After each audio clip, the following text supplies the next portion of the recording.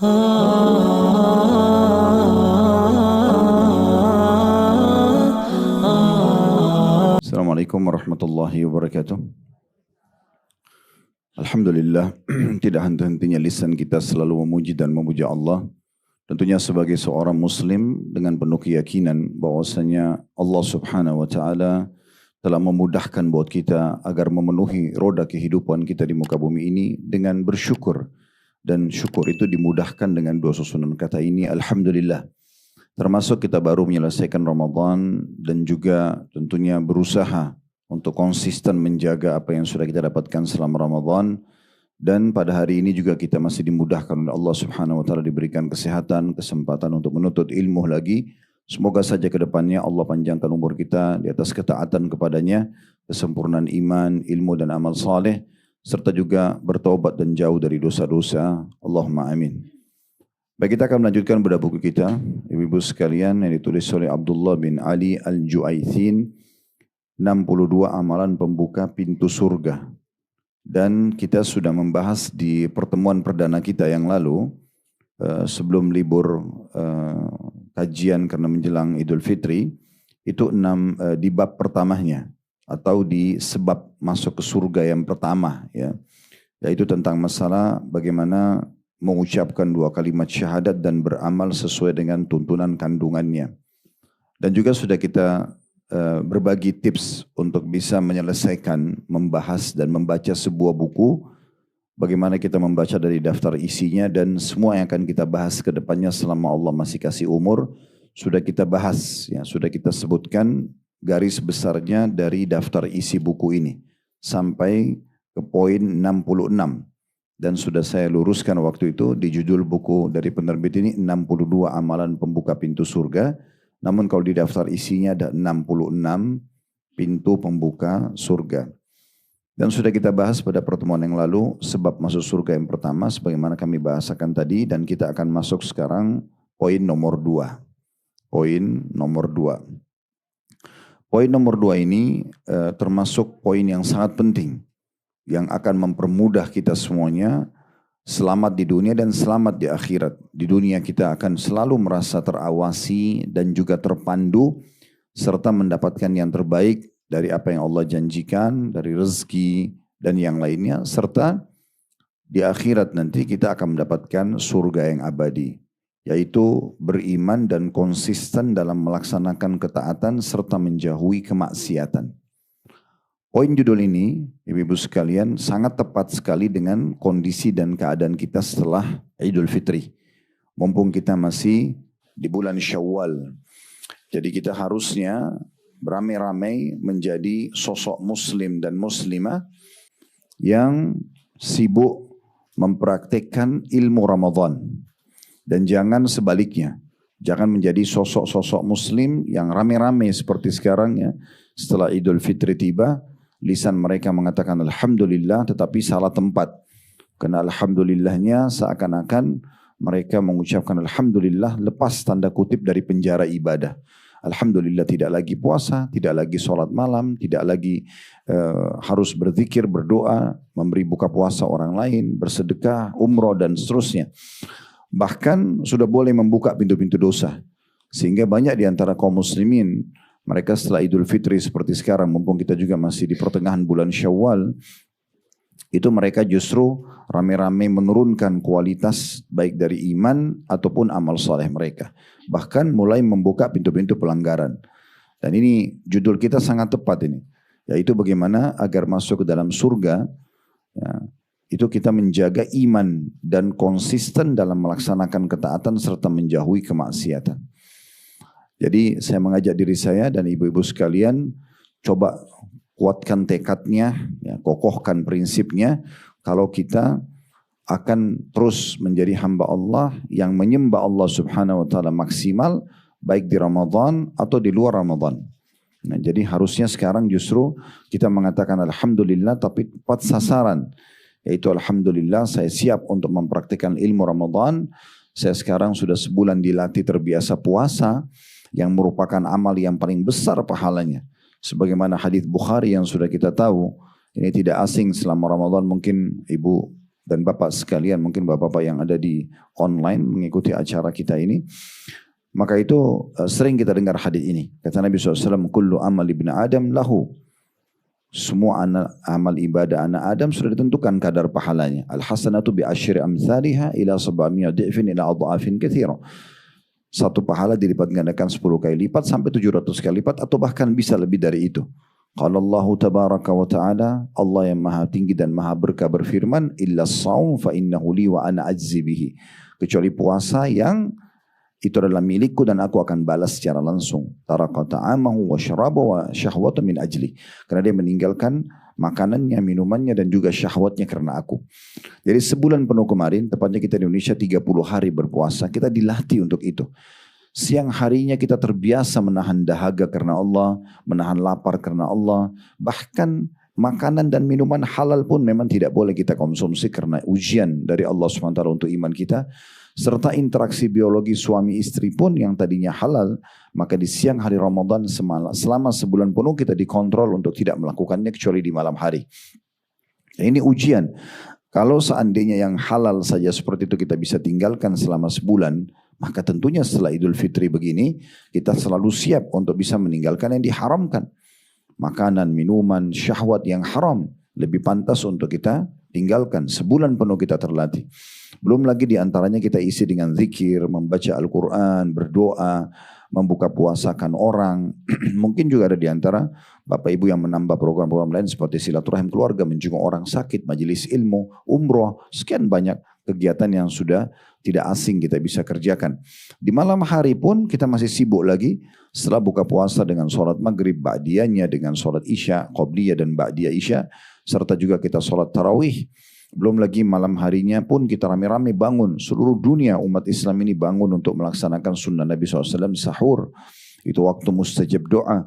Dan umumnya tidak ketinggalan sholat subuhnya. Berarti memang kita hampir 24 jam itu padat dengan kegiatan-kegiatan ibadah. Harusnya setelah Ramadan kita komitmen menjaganya. Sayang sekali Bapak Ibu sekalian coba renungi ini dalam beberapa hari pertemuan. Kajian-kajian kami yang sebelumnya sama kami kasih contoh ini. Sebab memang saya melihat fenomena ini unik sekali. Masjid mulai kosong, kajian-kajian juga sudah tidak ramai. Katanya butuh dulu adaptasi lagi kembali dengan waktunya sehingga ibadah-ibadah yang sudah dikerjakan sudahlah kemarin Ramadan sudah padat banget. Ini sekarang nggak usah puasa sunnah, nggak usah sholat malam, nggak usah lagi membuka puasakan orang atau membagi Al-Quran atau apalah kegiatan-kegiatan itu semuanya seakan-akan hanya di Ramadan saja. Ini sayang sekali. Ya, ini ibaratnya kalau kita kerja di satu perusahaan, kalau kita memberi angka 1 sampai 10 prestasi ya. Dan seorang pegawai, staf sudah sampai di prestasi nomor 7 misalnya, level nomor 7. Atau seorang pebisnis, dia terus kembangkan usahanya dengan berusaha ya semaksimal mungkin, lalu dia sampai ke level nomor 7 dari prestasi bisnisnya. Begitu selesai dia raih prestasi tersebut, di sini ada dua keadaan. Orang yang bijak dan cerdas dan orang yang bodoh dan dungu. Orang yang bijak dan cerdas adalah orang yang mempertahankan level 7 itu, bahkan kalau perlu lebihkan. Orang berbisnis sudah maju, masa dikendorkan, masa dirugikan, harusnya dia pikir terus, dia inovasi terus bagaimana bisa dan kreatif mengembangkan dari level 7 pindah ke 8 atau bahkan menembus angka level 10 gitu kan. Begitu juga dengan pegawai di perusahaan, tidak masuk akal. Kalau dia sudah sampai prestasi tertentu dengan salary atau payroll tertentu, kemudian mereka justru ugal-ugalan, mulai tidak datang, mulai tidak kerjakan pekerjaan dengan baik sehingga akhirnya turun levelnya, bahkan diberikan surat peringatan atau SP biasa dibahasakan, atau bahkan di PHK. Itu orang yang cerdas pasti dia akan jaga prestasi, tapi orang yang dungu adalah justru dia menurunkan itu. Ya sudahlah, saya sudah sampai di level bisnis ini, udah terserah nanti mau laku produk saya atau tidak, kualitasnya mau bertahan ataupun ditambah atau tidak, yang penting saya sudah mencapai misalnya tabungan saya sudah mencapai 1 miliar misalnya, atau saya sudah mulai dikenal, ya sudah nanti masalah rusak perusahaan ini nggak masalah. Itu kan orang yang bodoh namanya. Nah seperti itu kurang lebih gambaran orang yang di Ramadan sudah mencapai level tertentu dari ibadah. Sekarang setelah Idul Fitri dia turunkan dirinya, dia downgrade dirinya dengan tidak lagi mendekatkan diri kepada Allah SWT atau memaksimalkan ibadah itu. Nah sementara ya kita harus menyembah Allah Subhanahu Wa Taala ini sampai ajal kita datang.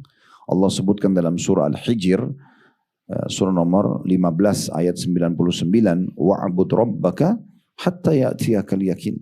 Sembahlah Tuhanmu, ya, kata Allah SWT, sampai datang kepadamu kematian. Standarisasi iman kita, standarisasi ibadah kita itu harus sama, bahkan lebih sampai kita meninggal dunia.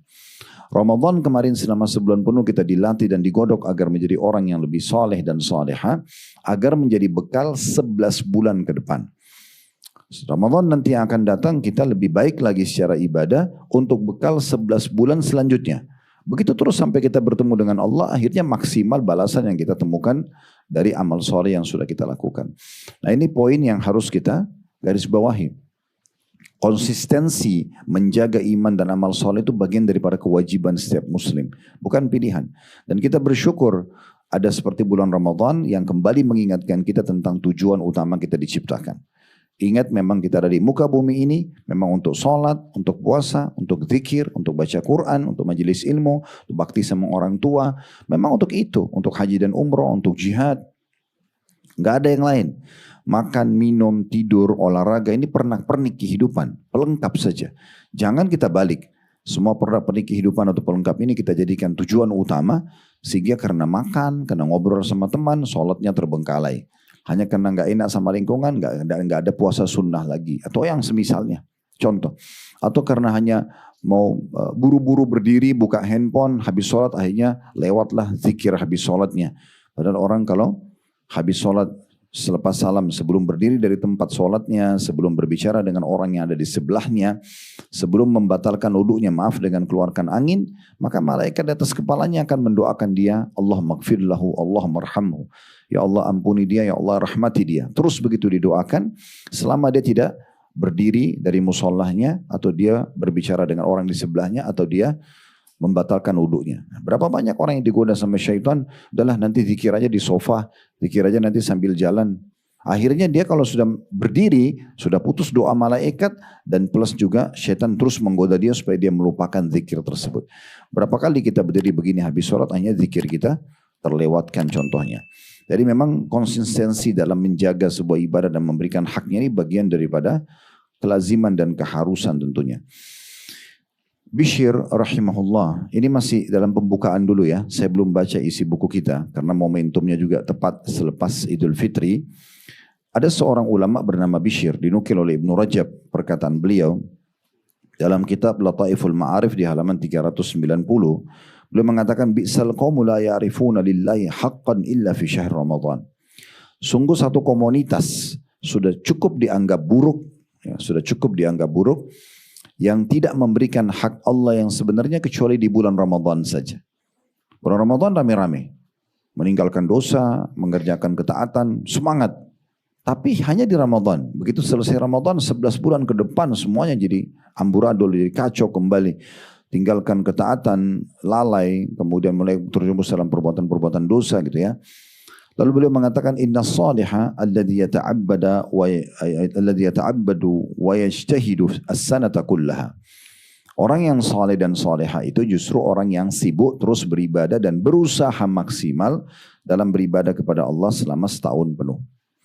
Kalau ada orang di antara kita, dia berhasil menyelesaikan sebuah ibadah sampai selesai, lalu setelahnya dia bisa buat ibadah lagi, itu tanda bahwasanya ibadahnya yang lalu diterima. Tanda bahwasanya ibadah yang lalu diterima. Tapi kalau orang sudah buat ketaatan, lalu tiba-tiba dia meninggalkan ketaatan tersebut, atau dia malah buat maksiat dengan cara sengaja, maka berarti yang lalu itu tertolak. Itulah yang disebutkan oleh Ibnu Rajab dalam buku yang sama. Beliau mengatakan, inna min thawabil hasanati al hasanata ba'daha. Sungguh tanda-tanda dibalasnya, diberikan balasan maksimal dalam sebuah kebaikan, justru kalau ada kebaikan sesudahnya. Lalu beliau mengatakan, wa inna min jaza'is sayyi'ati sayyi'ata ba'daha. Dan tanda-tanda kalau seseorang itu justru dihukum dengan dosanya, dia berbuat dosa sesudahnya. Allah biarkan dia dengan kelalaiannya. Dan ini satu hal yang berbahaya yang kalau seseorang tidak pekah dalam memahaminya. Ka'ab radhiyallahu anhu, salah satu sahabat Nabi mengatakan, "Man shama Ramadan wa huwa yuhaddithu nafsahu idza aftara min Ramadan lam ya'sillaha dakhala al-jannata bighairi mas'alatin wala hisab." Siapa yang menyelesaikan bulan Ramadan dan dia berhasil untuk itu, maksudnya berhasil melalui Ramadan kayak kita sekarang, lalu kemudian dia berkata pada dirinya, bertekad antara dia sama Tuhannya Allah, tidak mau bermaksiat lagi setelah Ramadan selamanya, maka di saat dia meninggal, pastikan dia akan masuk dalam surga tanpa masalah, tanpa hisab.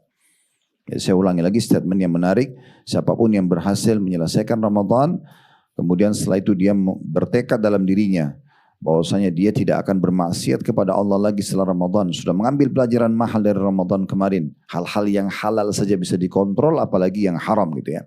Dia tidak mau lagi buka dosa, dan dia sudah hijrah maksimal setelah Ramadan. Di saat dia meninggal, dia pasti akan masuk surga tanpa ada masalah, tanpa ada hisab. Jadi kalau mau masuk surga tanpa ada hisab, maka itu dengan cara seperti ini, komitmen menjaga amal saleh dan iman kita. Lalu beliau mengatakan, "Wa man shama Ramadhana wa huwa yuhadditsu nafsahu idza aftara 'asa rabbahu fasiyamu 'alaihi mardud." Siapa yang berpuasa Ramadan kemudian dia menyelesaikannya sampai akhir Ramadan, kayak kita sekarang sampai selesai Ramadan bulan Syawal, tapi dia ajalnya belum datang, tapi dia bertekad dalam dirinya masih mau berdosa atau berbuat dosa kepada Allah, pada Tuhannya, maka puasanya tertolak.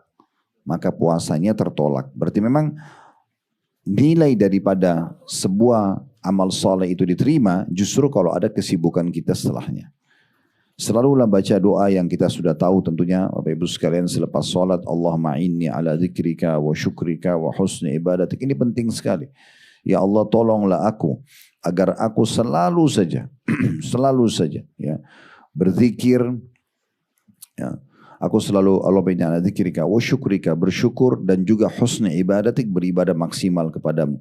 Karena kalau Allah tidak tolong kita di awal potongan doa, Allahumma inni, tolonglah aku. Karena Allah tidak tolong, mungkin puasa Syawal pun kita tidak lakukan.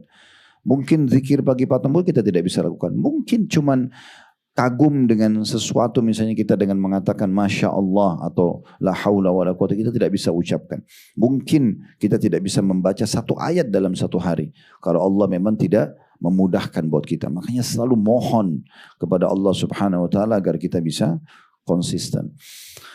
Hasan Basri memberikan nasihat kepada kita sangat menarik. Beliau mengatakan begini, "Wahai kaum muslimin, konsistenlah dalam beramal saleh. Keputusan ada di tanganmu sendiri, wahai muslim. Masalah kamu jaga sholat tepat waktu, tutup aurat, menjaga income, pendapatan harus halal, berzikir, berbaca Quran, itu semua di tangan Anda masing-masing. Wahai muslimin, konsisten dalam menjaga amal saleh." Lalu beliau ulangi lagi, konsistenlah dalam menjaga amal saleh. Ingatlah, Allah tidaklah menjadikan akhir dari seseorang itu beramal kecuali kematiannya. Kalau udah mati baru berhenti beramal. Selama masih hidup jangan putus asa dan jangan malas. Jangan berikan celah syaitan mengendorkan semangat kita untuk ibadah. Toh syaitan itu tinggal kita tolak saja. Syaitan itu tidak akan membelenggu leher kita atau mencambuk kita. Kalau kita ingin beramal saleh, dia nggak bisa. Tidak ada kekuatan dia untuk itu. Allah mengatakan inna kaida syaitani kana dhaifa. Syaitan itu sangat lemah. Tidak ada kekuatannya. Sudah pernah kita bahas itu. Jangan sampai ada yang mengatakan, oh syaitannya kuat nih. Dari mana syaitannya kuat? Kalau syaitannya kuat, kira-kira Bapak Ibu masih bisa ikutin kajian seperti ini. Kita masih bisa berpuasa Ramadan kemarin. Kita masih punya kemampuan untuk sholat malam misalnya, atau baca Quran, atau apalah. Nggak bisa. Pasti syaitan akan belenggu kita semuanya. Tapi syaitan itu sangat lemah. Jadi jangan dibesar-besarkan. Tugas kita kalau kita lagi mau ibadah, malas, a'udzubillahi minasyaitonirrajim. Waktu azan langsung wudu, sholat, selesai. Syaitan tidak akan bisa buat apa-apa kalau kita sudah lakukan itu.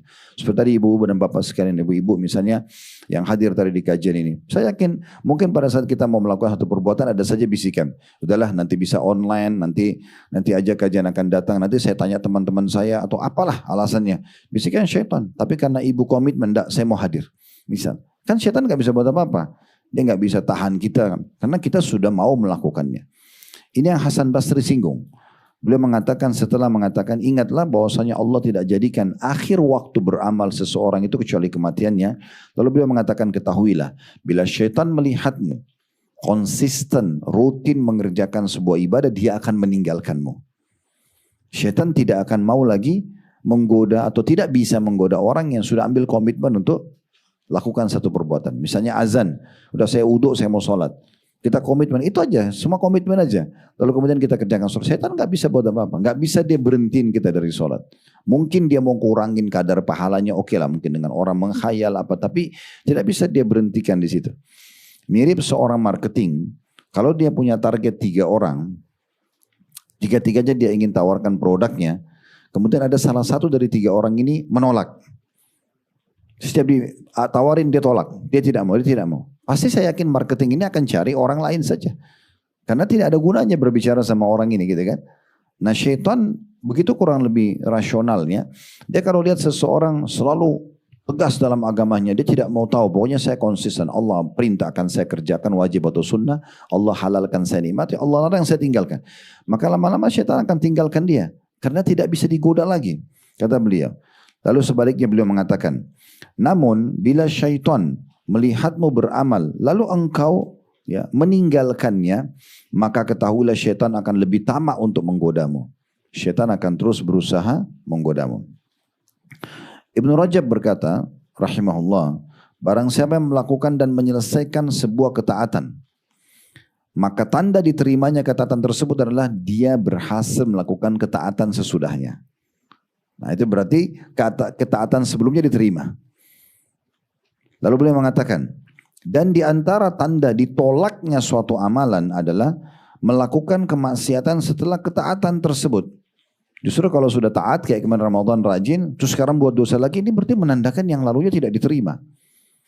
Tapi kalau dia dari ketaatan kepada ketaatan setelahnya, berarti ini tanda yang lalu diterima. Allah kasih dia manfaat untuk bisa mengerjakan kembali ibadah. Jika seseorang melakukan ketaatan setelah sebelumnya melakukan kemaksiatan atau pelanggaran, maka ketaatan itu bisa membantunya untuk membersihkan kesalahan tersebut. Sedangkan yang terburuk ialah melakukan kejelekan atau dosa setelah melakukan ketaatan. Ingatlah, ini perkataan menarik dari beliau, ingatlah melakukan satu dosa. Ingatlah satu dosa yang dilakukan setelah bertaubat lebih jelek daripada 70 dosa yang dilakukan sebelum taubat. Kalau orang sudah taubat, orang sudah perbaiki dirinya, sudah coba lebih baik, kemudian dia kendor kembali, dia kembali buat dosa, ini lebih buruk daripada 70 dosa yang dia kerjakan sebelum dia taubat. Karena dia sudah tahu sebenarnya. Dia sudah sesali dulu, kenapa sekarang kembali lagi melakukannya, kan gitu. Nah ini sebenarnya menarik.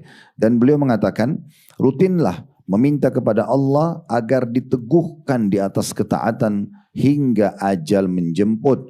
Dan berlindunglah dari hati yang mudah berubah serta terombang-ambing. Juga perlu kita renungi firman Allah Subhanahu wa taala dalam surah Fussilat surah nomor 41 ayat 30. Ini mungkin penutupan mukaddimah kita karena memang berhubungan dengan judul yang kita bahas sebenarnya. Itu firman Allah Subhanahu wa taala, kalau kita buka surah Fussilat surah nomor 41 ayat 30 bunyinya, innal ladzina qalu rabbuna Allahu tsumma istaqamu tatanazzalu alaihimul malaikatu alla takhafu wa la tahzanu wa abshiru bil jannati allati kuntum tu'adun. Sesungguhnya orang-orang yang mengikrarkan Tuhanku Allah, kemudian mereka istiqamah, konsisten dengan apa yang dia ucapkan dengan, oh Tuhanmu siapa? Allah. Baik. Kamu agama apa? Islam. Dia konsisten, istiqamah. Apa yang Allah perintahkan, dia kerjakan. Wajib atau sunnah, tidak memilah-milahnya. Makin kuat kita dalam mempertahankan sunnah-sunnah pun ya, setelah amal wajib maka makin bagus tentunya, makin dekat diri kepada Allah SWT. Mirip kalau kita kerja di perusahaan, Bapak Ibu sekalian, beda sekali pegawai yang cuma selalu waktunya saja. Ya sudah, jam 8 sampai jam 5 sore. Jam 5 sore dia langsung pulang. Ada lemburan kantor dia nggak mau tahu. Pokoknya dia cuma mau sesuai dengan itu saja. Beda dengan pegawai yang ada waktu lemburan, perusahaan butuh dia, dia hadir, ada loyalitasnya. Maka itu pasti perusahaan juga akan loyal sama dia. Otomatis ya. Nah itu ibarat amal-amalan sunnah. Orang kalau sibuk juga mengerjakan amalan sunnah kayak sekarang habis Ramadan tetap puasa sunnah, tetap sholat tahajud, tetap zikir dijaga, tetap ini dan itu misalnya. Semua itu pasti akan lebih mendatangkan cinta Allah Subhanahu wa taala. Dan yang halal nikmati. Serta semua yang dilarang, haram ataupun makruh. Makruh pun, misalnya makan dan minum sambil berdiri, ditinggalkan semuanya. Karena orang yang meninggalkan yang makruh, rutin dia tahu, oh ini makruh nggak boleh. Sebenarnya nggak dosa kalau dia lakukan. Tapi dia tinggalkan, maka akan lebih mudah meninggalkan yang haram. Otomatis itu. Semua yang dilarang ditinggalkan sama dia. Maka itu namanya konsistensi dalam ibadah. Kata Allah SWT, sesungguhnya orang yang mengatakan Tuhanku Allah dan dia konsisten istiqamah, maka pada saat meninggal, para malaikat akan turun seraya berkata pada mereka, orang-orang yang istiqamah ini, dan semoga insya Allah kita termasuk, para malaikat mengatakan kalian tidak usah takut, tidak usah sedih, dan terimalah berita gembira ya, dengan surga yang telah dijanjikan. Ibnul Jauzi rahimahullah berkata, ulama tafsir memaknakan istiqomah dengan 3 di sini. Yang pertama istiqomah di atas tauhid. Selalu mengisahkan Allah, tidak buat kesyirikan, tidak pakai jimat, tidak kedukun, tidak mempercayai ramalan-ramalan. Tauhidnya murni. Hanya mohon dan tunduk serta takut kepada Allah Subhanahu wa taala. Yang kedua, istiqomah dalam mengerjakan ketaatan. Nah, ini yang sedang jadi judul bahasan kita. Konsisten dengan keimanan dan amal soleh kita ya. Selalu istiqomah menjaga ketaatan yang Allah perintahkan dan meninggalkan apa yang Allah larang. Yang ketiga adalah istiqomah di atas ikhlas dalam beramal. Sehingga tidak mencampur baurkan dengan riya. Dan ini sampai ajal datang, kata beliau. Ibnu Katsir mengatakan tafsir dari surah Fussilat ayat 30 ini adalah nanti kalau seorang mukmin meninggal dunia sebelum ajalnya datang, sebelum dicabut ruhnya, itu akan Allah turunkan malaikat-malaikat yang akan menyampaikan kepada mereka berita gembira. Dengan menyampaikan 3 berita gembira. Yang pertama, tidak usah kalian bersedih ya. Atau jangan kalian khawatir. Jangan kalian takut sesudah kematian ini. Nanti bagaimana saya di kuburan kalau sendirian, nanti bagaimana di akhirat saya lolos gak masuk surga ya. Atau saya selamat gak dari neraka, maka tidak usah khawatir. Karena selama hidup kalian sudah beriman sama Allah dan istiqomah. Jadi kekhawatirannya dihilangkan untuk masa depan. Setelah dicabut ruh akan aman. Yang kedua, tidak usah sedih. Ini berita gembira yang kedua. Karena Allah mengatakan tadi, la takhafu wa la tahzanu. Jangan kalian takut, jangan kalian sedih. Sedih maksudnya, kata Ibnu Katsir, jangan sedih meninggalkan apa saja yang kalian tinggalkan dari pasangan hidup, dari anak-anak, dari harta, dari bisnis. Bahkan hutang pun akan diurus oleh Allah. Kemudian yang ketiga adalah berita gembira tentang adanya surga yang sudah dijanjikan. Disitulah pertama kali nanti kita akan menyaksikan surga. Kalau nabi-nabi, Bapak Ibu sekalian, punya kelebihan namanya mukjizat. Ya. Tapi kalau selain nabi-nabi kayak kita ini, kelebihan yang Allah berikan itu namanya karamah. Ya, karamah. Tapi dalam Islam karamah ini bukan terbang di atas udara, jalan di atas air, atau bisa tahu hal-hal yang gaib. Bukan itu yang dimaksud. Ibnu Taimiyah menyimpulkan kepada kita sebuah puncak daripada karamah. Bahkan karamah itu di situ berputar. Yaitu beliau mengatakan, annal karamata luzumul istiqamah. Mau tahu karamah itu ada pada diri seseorang yang dia merupakan wali Allah adalah pada keistiqomaan, konsistensi dia. Kalau Bapak Ibu lihat ada orang sepanjang tahun sama terus, sama dia komit menjaga ibadahnya, sholatnya on time, puasanya selalu berjalan, zikirnya tidak pernah kena majelis ilmu, selalu hadir. Ada penawaran hal yang haram ditolak sama dia sepanjang tahun, sepanjang hidupnya, maka itu namanya orang itu punya karamah. Itu karamah yang sebenarnya. Bukan karamah itu dakwah yang gaib atau bisa debat-debat masa depan orang, itu bukan. Itu seperti alam dukun gitu ya. Tapi istiqomah itu justru di situ. Justru karamah itu dengan istiqomah. Dengan orang bisa komitmen. Jadi kalau kita bisa lihat ada orang komitmen luar biasa, dia menjaga semua ini, maka ini adalah tanda-tanda istiqomah. Ya. Dan istiqomah ini bisa kita dapatkan dengan banyak berdoa kepada Allah SWT tadi saya katakan, dan Nabi SAW sering mengulang-ulangi, ya muqallibal qulub tsabbit qalbi ala dinik, wahai yang membolak-balikkan hati manusia, kokohkan hatiku di atas agamamu. Kata Ummu Salamah radhiyallahu anha, ya Rasulullah, seringkali anda baca doa ini. Seakan-akan Ummu Salamah ini berkata, ya Rasulullah, apakah anda juga masih khawatir hati anda beralih? Maka apa kata Nabi SAW? Yang namanya hati manusia, wahai Ummu Salamah, selalu berada di antara jari jemari sang pencipta Allah. Siapa saja yang Allah kehendaki, maka Allah akan berikan keteguhan iman. Dan siapa yang Allah kehendaki, maka Allah bisa sesatkan dia. Makanya Mu'adz bin Jabal radhiyallahu anhu setelah mendengar penyampaian Nabi ini, maka dia langsung membaca potongan surah Al-Imran, surah nomor 3 ayat 8. Rabbana la tuzigh qulubana ba'da idh hadaitana wa hab lana min ladunka rahmah innaka antal wahhab. Wahai Tuhan kami, jangan pernah ya Allah ya. Di situ janganlah engkau jadikan hati kami condong kepada kesesatan setelah engkau memberikan kami petunjuk. Dan karuniakanlah kepada kami rahmat dari sisimu karena sesungguhnya engkau maha pemberi karunia. Ya. Yang kedua, paksakan dalam ibadah setelah berdoa. Harus dipaksakan. Kayak tadi Bapak Ibu paksakan untuk ikut ta'lim ini. Mungkin paksakan tutup aurat, paksakan sholat on time. Paksakan hal-hal yang memang harus dipaksakan dalam ibadah. Begitu juga dalam meninggalkan dosa-dosa. Yang ketiga, kita memberikan hak-hak masing-masing yang merupakan varian daripada ibadah. Kayak misalnya, kita kan ada ibadah yang berhubungan sama haknya Allah. Kayak sholat, puasa itu kan haknya Allah. Ada juga yang berhubungan dengan makhluk. Kayak misalnya ibu-ibu sama suaminya, sama anak-anaknya itu hak-hak mereka ada. Atau seorang suami pada istri, pada anaknya gitu kan. Itu mereka punya hak juga. Mungkin pembantu di rumah, maaf ya. Atau orang-orang yang punya hubungan dengan kita seperti pegawai sama atasan atau atasan sama pegawai. Mungkin masyarakat dengan pemerintah pada masyarakat. Semua ini sebenarnya varian-varian yang bisa kita jadikan sebagai sumber ibadah kita. Makanya Nabi SAW mengatakan dalam hadis, Inna li rabbika alaika haqqa. Sungguhnya Tuhanmu punya hak darimu. Maksudnya kalau datang waktu sholat ya sholat. Berikan haknya Allah SWT. Wa li nafsika alaika haqqa. Dirimu juga punya hak. Kita butuh istirahat, kita butuh makan, butuh minum, butuh mandi. Yang penting tidak boleh berlebihan. Maka berikan haknya jasad tersebut. Niat untuk memberikan hak jasad, maka kita akan dapat pahalanya. Karena hal-hal yang mubah, kata Syekh Abu Bakar Jazair rahimahullah, seperti makan, minum, tidur, mandi, olahraga, ini kan mubah. Dikerjakan tidak ada pahalanya, tidak ada juga dosanya.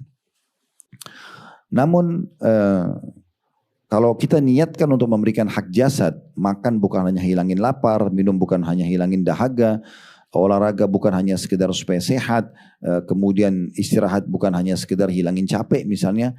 Kita niat memberikan hak jasad, maka di saat itu berubah hal-hal mubah tadi menjadi sunnah, menjadi ibadah. Jadi misalnya selama 5-6 jam kita tidur, daripada tidurnya kosong hanya sekedar capek tidur. Kita niat memberikan hak jasad, maka niat ini bisa mengubah 5-6 jam tadi menjadi ibadah. Makan bukan hanya sekedar hilangin lapar, tapi Allah yang menciptakan kita, yang menciptakan jasad ini, yang juga memberikan isyarat kalau jasad kita lagi butuh nutrisi adalah lapar, serta kalau sudah cukup ada namanya kenyang, itu adalah Allah. Maka kita niat untuk memberikan hak jasad sebagaimana Allah memerintahkan kita, itu semua akan ada pahalanya. Kemudian dikatakan wali ahdika alaika haqqa, dan keluargamu punya hak, suami, istri, anak, ya, keluarga secara umum gitu ya. Fa'ati kulladzi haqqin haqqah. Maka berikanlah semua haknya. Sehingga kita juga tidak jenuh, monoton di satu jenis ibadah, tapi ibadah kita banyak. Bisa juga orang sakit, bisa silaturahim keluarga, bisa datang silaturahim menjalin ukhuwah dengan tetangga misalnya. Bahkan kata Nabi SAW, jangan kalian pelit-pelit dengan satu amal soleh walaupun hanya senyum dengan seorang muslim. Atau bertemu dengan saudaramu dalam kondisi kamu tersenyum gitu kan. Dan dalam hadis yang lain kata Nabi SAW, sungguhnya manusia yang paling Allah cintai yang paling bermanfaat bagi manusia yang lain. Kita berikan manfaat kepada orang lain. Dan amal yang paling Allah cintai adalah memasukkan kegembiraan dalam hati seorang muslim. Atau engkau menghilangkan kesulitannya, atau engkau menghilangkan laparnya, atau engkau melunasi utangnya. Dan ketahuilah, aku memenuhi hajat satu saudaraku, kata Nabi Muhammad SAW, lebih aku cintai daripada i'tikaf sebulan di masjid ini. Maksudnya masjid beliau. Kita tahu kalau i'tikaf, berarti kita tinggal di masjid tersebut, 5 waktu sholat selalu on time, kita juga menjaga sholat-sholat sunnah, kita beribadah. Orang i'tikaf itu ibadah, baca Quran, berzikir, berdoa, segala macam. Nah kata Nabi SAW, aku penuhi satu hajat saudaraku muslim. Misalnya ada yang minta tolong ditemanin kemana, atau kita penuhin, mungkin dia telepon, minta saran, minta ide. Kita meluangkan waktu untuk itu. Kata Nabi SAW, lebih aku cintai daripada i'tikaf di Masjid Nabawi sebulan. Dan ini sebuah hal yang sangat baik, yang bisa kita jadikan sebagai pintu-pintu, kantong-kantong amal soleh kita.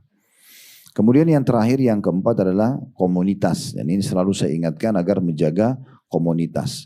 Terkadang Bapak Ibu sekalian kita berada di satu komunitas pengajian, atau komunitas bisnis, atau komunitas kantor. Mungkin kita pun tidak perlu ya secara finansial mungkin. Tetapi komunitas itu membantu kita untuk bisa kita konsisten. Nah, itu penting.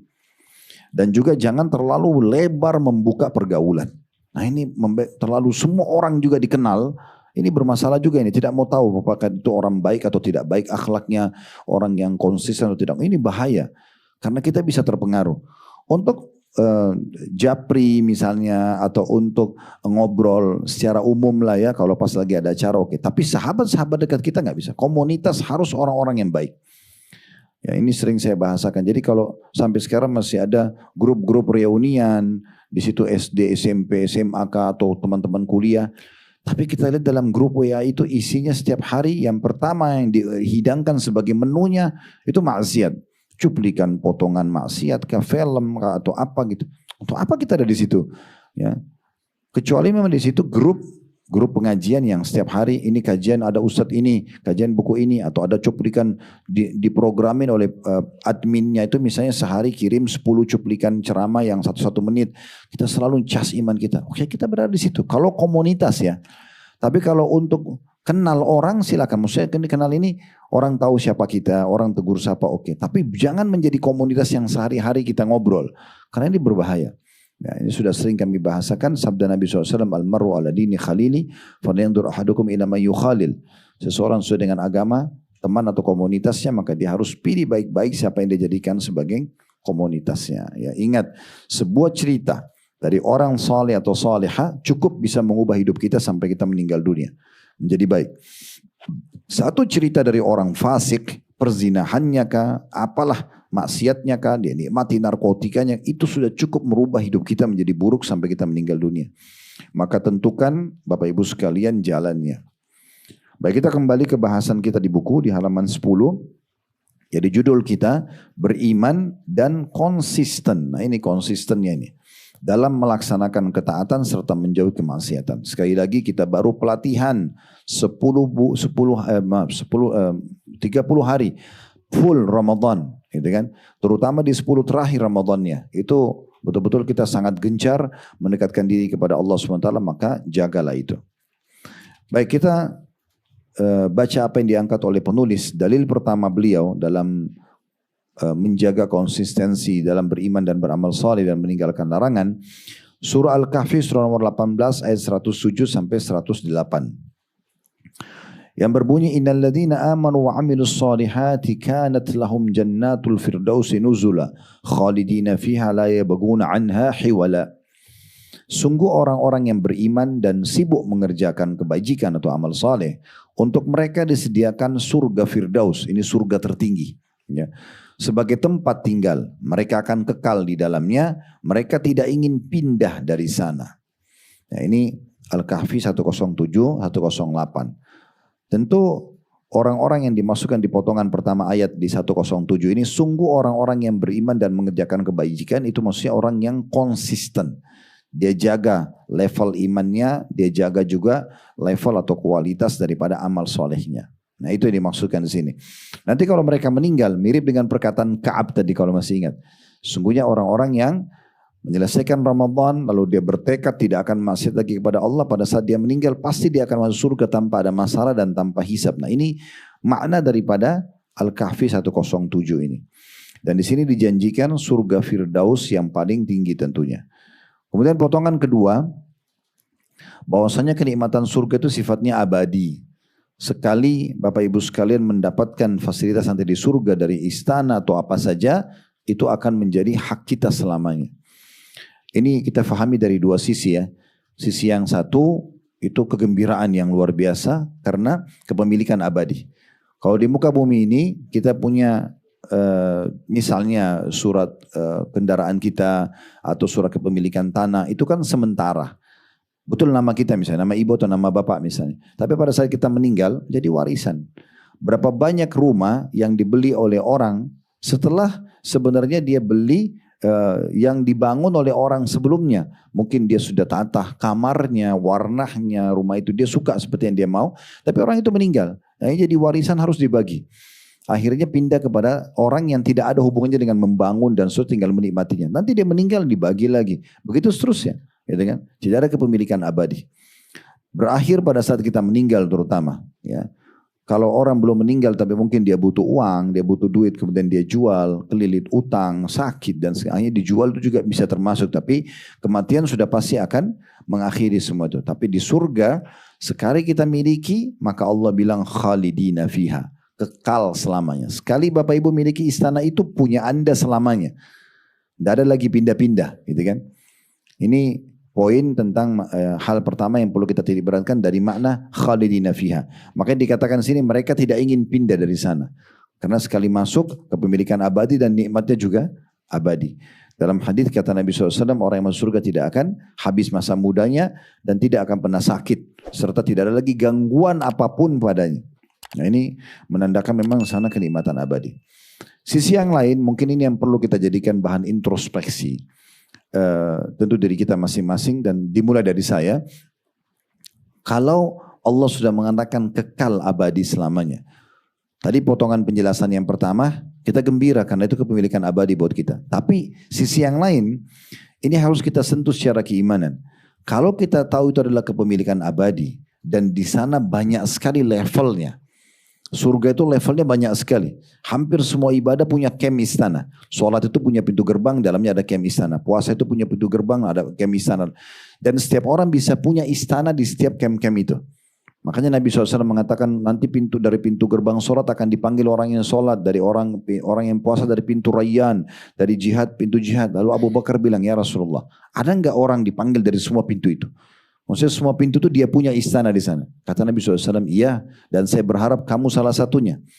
Berarti kita bisa meraih banyak sekali prestasi di surga. Plus lagi, di setiap pintu gerbang, sholat misalnya.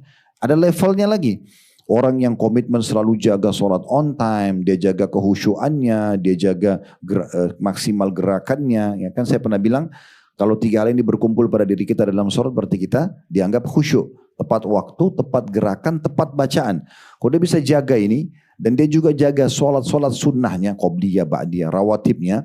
Dia juga jaga duhanya, dia jaga sholat tahajudnya, dia jaga zikir habis sholat, zikir pagi petang. Orang yang komitmen jaga semua itu, beda dengan orang yang hanya jaga sholat wajibnya saja. Dia tidak sholat sunnah rawatib misalnya. Atau dia sholat sunnah rawatib, sholat sunnah yang melekat dengan sholat wajib, tapi dia tidak sholat duha. Dia tidak sholat. Ada yang bobol lah, ada yang tidak dikerjakan pada hari itu. Beda dengan orang yang pertama yang menjaganya. Sehari saja perbedaan kita sama teman di sebelah. Karena dia sholat duha, kita tidak sholat duha, sudah cukup membedakan derajat kita di surga. Gimana kalau 10 hari, gimana kalau sebulan, gimana kalau sudah 10 tahun teman kita itu Senin Kamis, kita nggak pernah. Misal, contoh. Pasti akan beda sekali derajat-derajatnya. Bagi ada level-levelnya lagi di sana.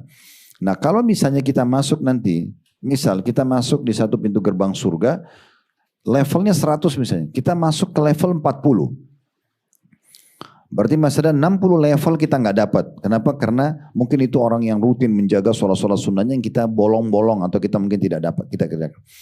Nah di sini kalau kita tarik firman Allah khalidina fiha, kekal selamanya. Maksudnya ibu dan bapak kalau sudah sampai di level 40 tadi, kita khalidina fiha, kekal. Nggak bisa pindah ke 41, nggak bisa pindah ke 42.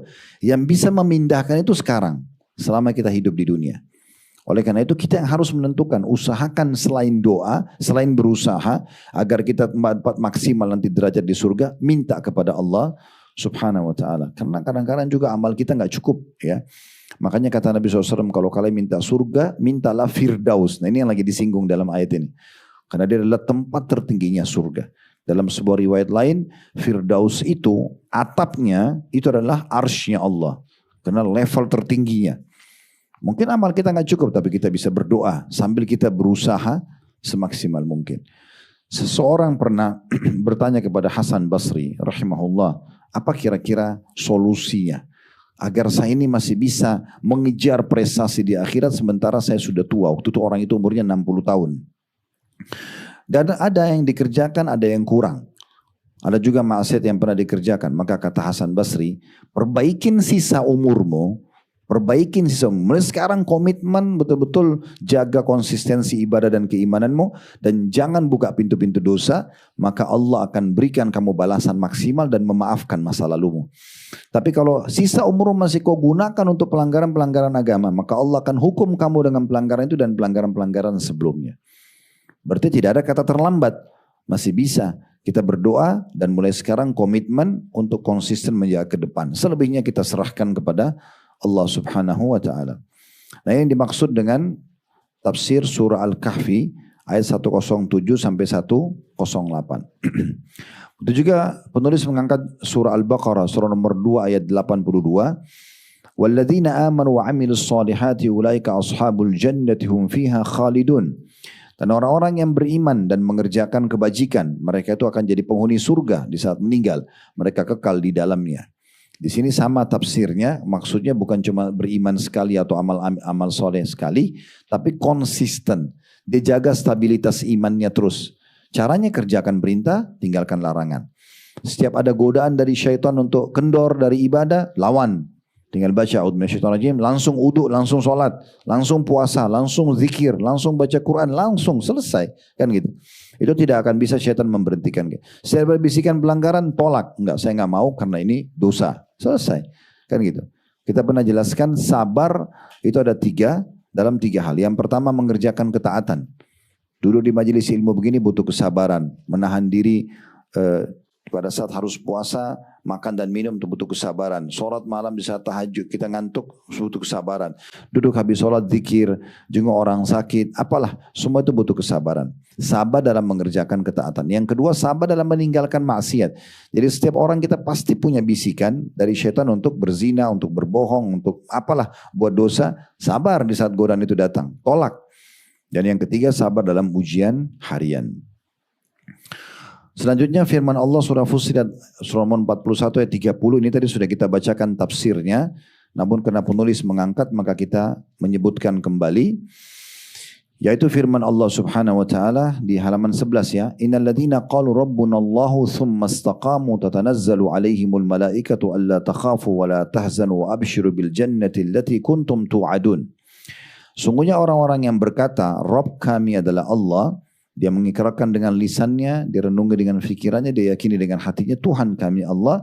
Kemudian mereka meneguhkan pendirian mereka. Istiqomah. Maka di saat meninggal atau sebelum meninggal malaikat-malaikat akan turun kepada mereka seraya berkata, janganlah kamu merasa takut dan janganlah kamu merasa bersedih hati dan bergembiralah kamu dengan memperoleh surga yang telah dijanjikan kepadamu. Yang pegang bukunya tolong digaris bawahi di situ. Yang firman Allah SWT terjemahnya jangan kamu merasa takut. Kasih angka 1. Kalau mau ditulis ditambahkan informasi tadi tafsir yang sudah kita sampaikan. Ibnu Katsir bilang maksudnya jangan kalian takut menghadapi setelah kematian ini. Karena kan orang kalau mau mati itu takut. Nah malaikat sampaikan. Nanti setelah ruh mau dicabut, tidak usah kamu takut. Karena kamu selama ini sudah berikrar Tuhanmu Allah dan kamu sudah istiqomah. Ini maknanya jangan kamu takut atau jangan merasa takut. Yang kedua, jangan kamu merasa bersedih hati. Di garis bawahi dikasih angka 2. Kata Ibnu Katsir, jangan sedih dengan apa yang kamu tinggalkan dari dunia. Jangan sedih tinggalkan istri, tinggal suami, tinggalkan anak, tinggalkan pekerjaan. Tadi bahkan beliau mengatakan hutang pun akan diurus oleh Allah subhanahu wa ta'ala selama kita istiqomah. Jadi enggak usah khawatir, enggak usah sedih dengan itu. Kemudian dikatakan yang ketiga adalah di garis bawahi dan bergembiralah kamu dengan memperoleh surga yang telah dijanjikan kepadamu. Ini janji yang ketiga kalau orang konsisten dan istiqomah. Tadi sempat saya bahasakan Bapak Ibu sekalian, kalau malaikat-malaikat ini akan turun sebelum ruh dicabut. Ya. Jadi memang ada sebuah riwayat, ini pernah kita singgung di kelas kita ini, tapi di buku yang sebelumnya. Waktu kita membahas tentang amal-amal soleh juga. Jadi pernah Nabi SAW bilang begini, siapa yang rindu ingin bertemu dengan Allah, Allah akan rindu bertemu dengannya. Dan siapa yang benci bertemu dengan Allah, Allah akan benci bertemu dengannya. Jadi siapa yang mau mati, siap mati segala macam itu kan rindu ketemu Allah. Karena orang kalau mati kan baru bisa ketemu sama Allah. Kalau mati kan baru bisa dilihat hasil amalnya selama ini kan gitu. Baru dia bisa lihat surga itu seperti apa yang dijanjikan. Harus mati dulu, mati itu sebuah pintu yang harus kita masuk darinya.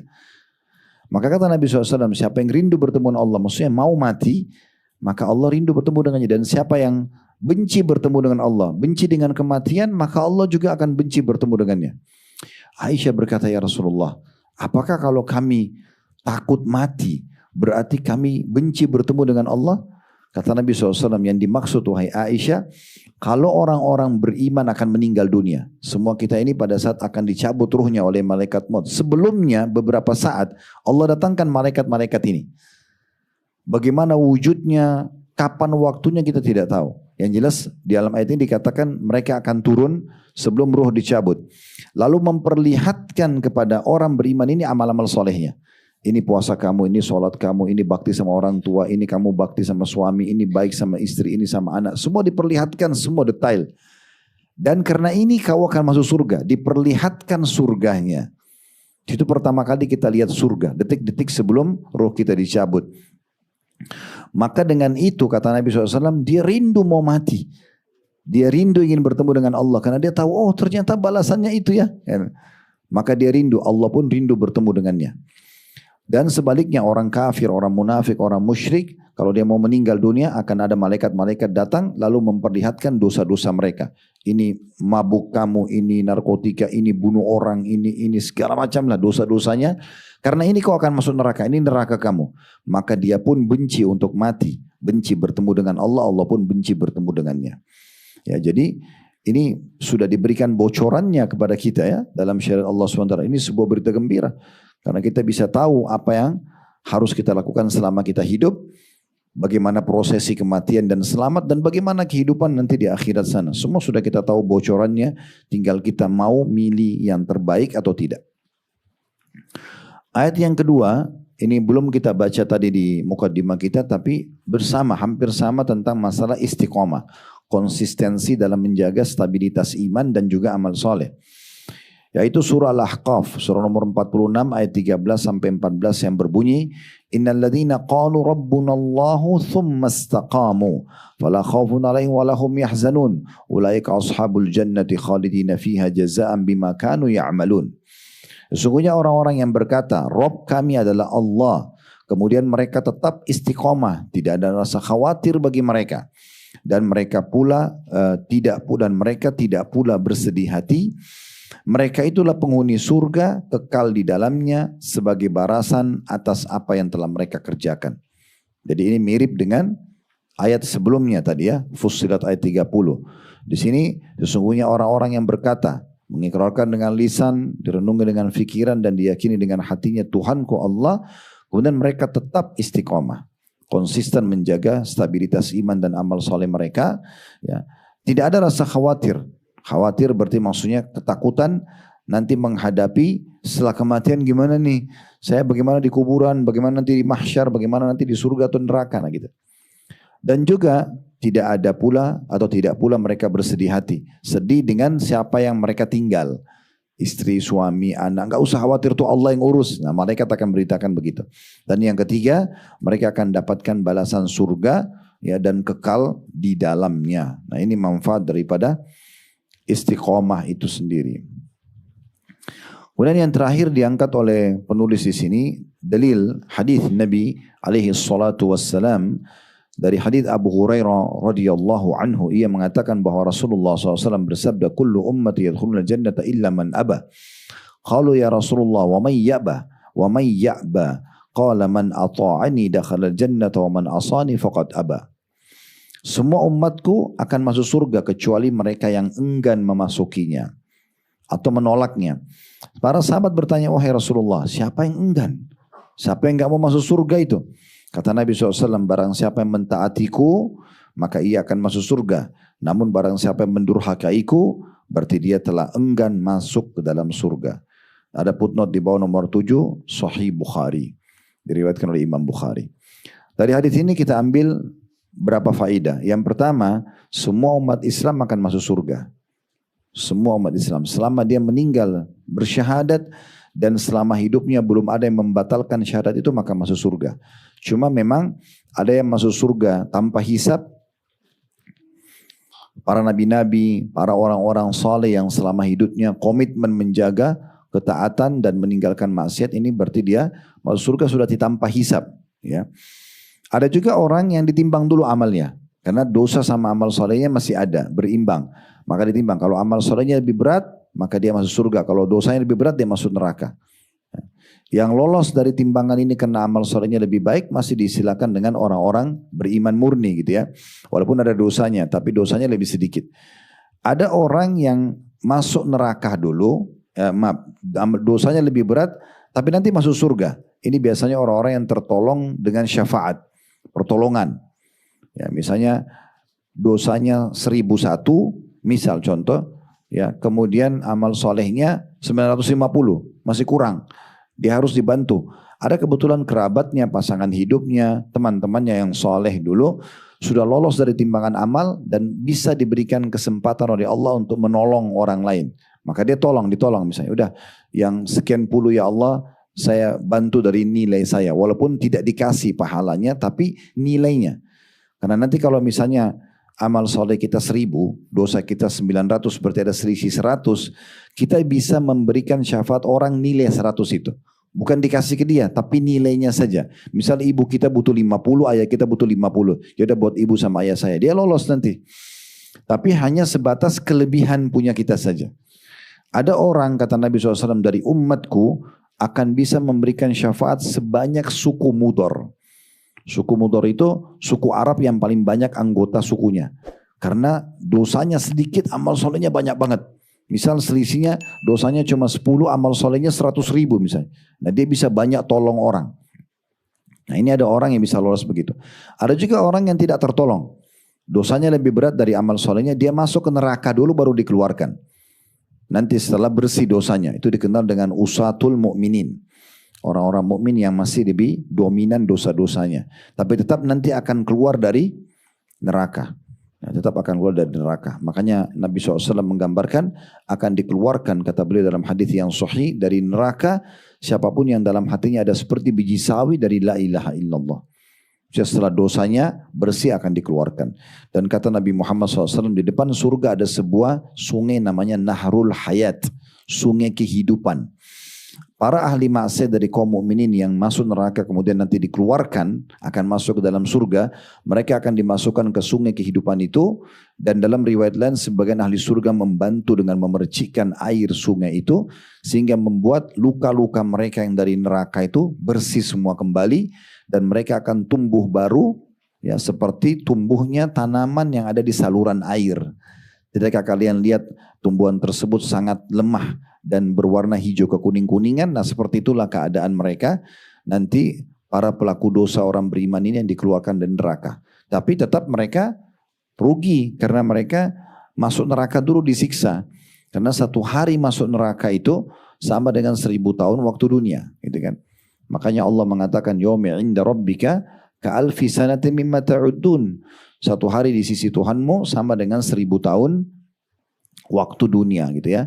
Nah ini poin yang perlu kita hati-hati sekali. Oleh karena itu Bapak Ibu sekalian, mumpung Anda masih hidup sekarang, dengarin ini, jangan masuk telinga kanan keluar telinga kiri. Ini jadikan sebagai pegangan, ya. Pegangan hidup. Orang yang cerdas dengarin nasihat, tangkap, praktekin dalam hidupnya. Itu menyelamatkan diri sendiri. Karena yang menentukan kita masuk surga masuk neraka itu sebenarnya diri kita sendiri. Kita mau atau tidak mau. Karena gampang sekali untuk menuju ke surga. Tinggal taat kepada Allah, belajari, lakukan, laksanakan, selesai. Begitu juga orang yang mau masuk neraka, gampang sekali. Tinggal lakukan pelanggaran, mati masuk neraka. Kan gitu. Makanya kata Nabi SAW, surga lebih dekat kepada seseorang antara kalian daripada tali sendalnya sendiri. Dia tinggal komitmen konsisten jaga ibadah dan keimanannya, mati masuk surga. Dan seseorang antara kalian lebih dekat dengan nerakanya daripada tali sendalnya sendiri. Dia tinggal zina terus, bohong, nipu segala macam, mati masuk neraka. Selesai gitu kan. Ini pelajaran pertama yang bisa diambil. Pelajaran yang kedua, adanya orang-orang memang dari umat Muhammad SAW yang menolak, enggan masuk surga. Ya, terbukti dia tidak mau belajar agama, selalu saja dari dosa ke dosa yang lain. Karena memang Nabi bilang semua pasti masuk surga kecuali yang enggan. Enggan ini berarti tidak mau, berarti menandakan ada orang memang yang tidak mau. Makanya jangan heran kalau ada di antara umat Islam, mungkin Bapak Ibu kenal, sudah kita nasihatin sholat nggak mau dengar, puasa nggak mau tahu, berbuat zina diingatkan tidak mau tinggalkan. Ada orang begitu memang, memang dia tidak mau masuk surga. Ya sudah, itu bukan tugas kita. Ya, walaupun pasangan hidup kita sendiri, walaupun anak-anak kita sendiri. Allah berikan contoh Nabi Nuh alaihissalam, itu istrinya sama Nabi Lut. Allah gambarkan dalam Al-Quran. Dua-dua perempuan ini berada di bawah naungan hamba kami yang saleh, istri Nabi. Istri Nabi Lut dan istri Nabi Lut. Tapi tidak mau dengar. Nabi Lut nasihatin Nabi Nuh tidak mau dengar. Sampai akhirnya pada saat dibinasakan kaumnya Nabi Nuh dan kaum Nabi Lut, kaumnya semua binasa yang kafir bersama dengan istri para Nabi ini. Karena memang tidak mau. Begitu juga Nabi Ibrahim tentang ayahnya Azar. Tidak mau dengar nasihatin sama anaknya. Kan gitu. Nabi Nuh juga dengan anaknya Kan'an yang tenggelam, tidak mau diajak naik kapal beriman, tidak mau, meninggal, gitu kan. Jadi memang kita nggak bisa paksakan. Oleh karena itu syariat datang menjelaskan untuk memilih pasangan, cari pasangan yang memang beriman dari awal supaya nggak ada PR. Susah sholat, susah puasa, terus mau diajak jadi imam sholat atau jadi pendamping yang baik mendidik anak-anak itu susah banget. Makanya Nabi bilang, dan engkau mendahulukan yang beragama, maka hidupmu akan tentram. Kan begitu, disuruh seperti itu. Kalau sudah terlanjur tinggal berdoa kepada Allah agar diberikan hidayah kepada pasangan kita. Jadi, tapi ada orang yang nolak. Itu sudah umum. Ya mudah-mudahan Allah tidak uji kita dengan ini ya. Ada pasangan atau ada anak-anak yang tidak mau dengar diberikan nasihat. Ini bahaya sekali. Sementara depan mata kita tahu ini bahaya. Tidak sholat neraka nih. Dibakar gitu. Atau dia mabuk-mabukan ini mati dihukum nih. Bahaya sekali. Nabi SAW pernah lewatin 2 kuburan di Madinah. Lalu beliau mengatakan penghuni 2 kuburan yang sedang disiksa. Nabi sengaja sampaikan live itu. Agar tahu ini sama loh ini. Kalau yang melakukan dosa yang sama mereka di seluruh muka bumi ini hukumannya sama. Nabi bilang keduanya melakukan perbuatan dosa yang mereka berdua tidak anggap besar, tapi itu besar di sisi Allah. Yang satu suka adu domba, yang satu tidak cebok pada saat kencing. Jadi sudah cukup mendatangkan hukuman, gitu kan? Lalu untuk apa? Pelajaran yang ketiga yang bisa diambil adalah pentingnya mengikuti Nabi SAW dan tidak bermaksiat kepada beliau.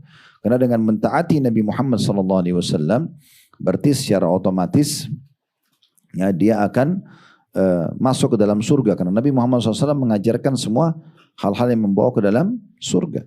Karena beliau mengatakan ketahuilah tidak ada sesuatu yang kalian butuhkan untuk masuk ke dalam surga kecuali sudah aku sampaikan. Apa yang kita butuhkan? Yang wajib sudah semua disampaikan, yang sunnah semua sudah disampaikan, dan tidak ada sesuatu yang bisa menyelamatkan kalian dari neraka kecuali sudah aku sampaikan. Sudah jelas ini, sholat, puasa, zakat, silaturahim keluarga, bakti orang tua, majelis ilmu, haji, umrah, jihad. Ini ujungnya surga ya. Ini kalian dapat ini, semua ada fadilahnya. Ini zina, bohong, nipu, gunjing, fitnah, bunuh, curi. Semua ini buruk ya, dosa-dosanya ada. Ini ujungnya neraka. Udah jelas semuanya. Jadi tidak ada sesuatu yang tidak disampaikan oleh atau belum disampaikan Nabi SAW sebelum beliau wafat.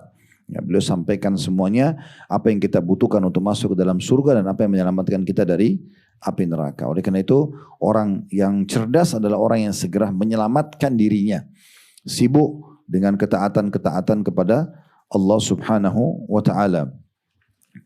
Di poin nomor 3 dari 66 ya sebab masuk surga itu juga sebenarnya berhubungan dengan masalah mengerjakan kewajiban-kewajiban dalam Islam ya. Tapi di sini di poin nomor 3 penulis ingin menyampaikan pesan bahwasanya kalau seseorang muslim mengerjakan yang wajib saja sudah cukup dapat tiket ke surga. Dia kerjakan sholat 5 waktu, puasa Ramadan, haji sekali seumur hidup, misalnya zakat setahun sekali. Dia tidak membatalkan 2 kalimat syahadatnya, udah cukup dia untuk masuk ke dalam surga, gitu ya. Tetapi tentu derajatnya akan beda dengan orang-orang yang menambahkan dengan amalan-amalan sunnah. Nah itu yang akan disinggung nanti di sebab masuk ke dalam surga yang ketiga. Tapi nanti akan kita bahas di pertemuan akan datang berhubungan dengan masalah ini insya Allah. Mudah-mudahan apa yang kita bahas hari ini bermanfaat buat kita dan jangan kecewa bagi teman-teman yang belum sempat dijawab. Karena tujuan majelis ilmu adalah ilmu yang bermanfaat yang bisa kita ambil dan kita amalkan dan semoga Allah mudahkan kita mengamalkan. Dan pertanyaan itu hanya pelengkap saja. Kita terus berdoa semoga Allah SWT selalu menjaga negara kita, keamanan, kemerdekaan, persatuan dan kesatuannya. Allah selalu memberikan petunjuk dan hidayah bagi para pemimpin menjalankan tugas dan amanah dengan baik dan dan menjadikan kita masyarakat yang selalu gotong royong dengan pemerintah untuk menjaga persatuan dan kesatuan serta kemerdekaan kita. Dan semoga negara kita selalu Allah suburkan, Allah makmurkan, Allah angkat segala mara bahaya dan ujiannya, serta Allah jadikan contoh bagi negara-negara yang lain. Dan selalu kita doakan teman-teman kita di Palestina, secara khusus di Gaza yang sekarang sedang tertindas. Semoga Allah berikan kepada mereka kemerdekaan sebagaimana Allah berikan kepada kita.